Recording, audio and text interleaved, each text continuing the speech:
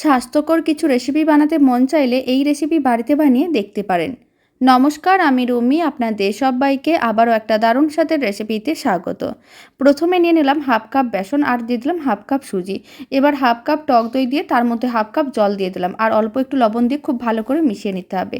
মিশ্রণটা 5 মিনিট এইভাবে রেখে দিয়েছিলাম। এখন হাফ চামচের মতন বেকিং পাউডার দিয়ে আবারও ভালো করে মিশিয়ে নিলাম। কড়াইতে জল গরম করে নিয়েছিলাম, তারপর একটা ছিদ্রযুক্ত পাত্র বসিয়ে অল্প একটু তেল ব্রাশ করে নিয়েছিলাম আর অল্প অল্প মিশ্রণ এইভাবে দিয়ে দিতে হবে। ঢাকনা বন্ধ করে 2 থেকে 3 মিনিট মিডিয়াম টু হাই ফ্লেমে রান্না করে নিতে হবে, তাহলে বেশ শুকনো ভাব চলে আসবে। তখন এইভাবে তুলে রেখে দিতে হবে। এবার চাটনি বানিয়ে নেবো। তার জন্য ভাজা চীনাবাদাম আর নারকেল দিয়ে এইভাবে পেস্ট করে নিলাম। এবার একটা কড়াইয়ের মধ্যে অল্প একটু সর্ষের তেল, গোটা জিরে আর দিয়ে দিলাম শুকনো লঙ্কা আর দিয়ে দিলাম সর্ষে। এবার অল্প একটু কারি পাতা দিয়ে দিলাম। তারপরে একটু নাড়াচাড়া করে ভেজে নিতে হবে আর যে চীনাবাদাম ও নারকেলটা পেস্ট করে রেখেছিলাম সেটা দিয়ে দিতে হবে, তাহলে চাটনিটা রেডি হয়ে যাবে। বাড়িতে বানিয়ে দেখতে পারেন, খেতে বেশ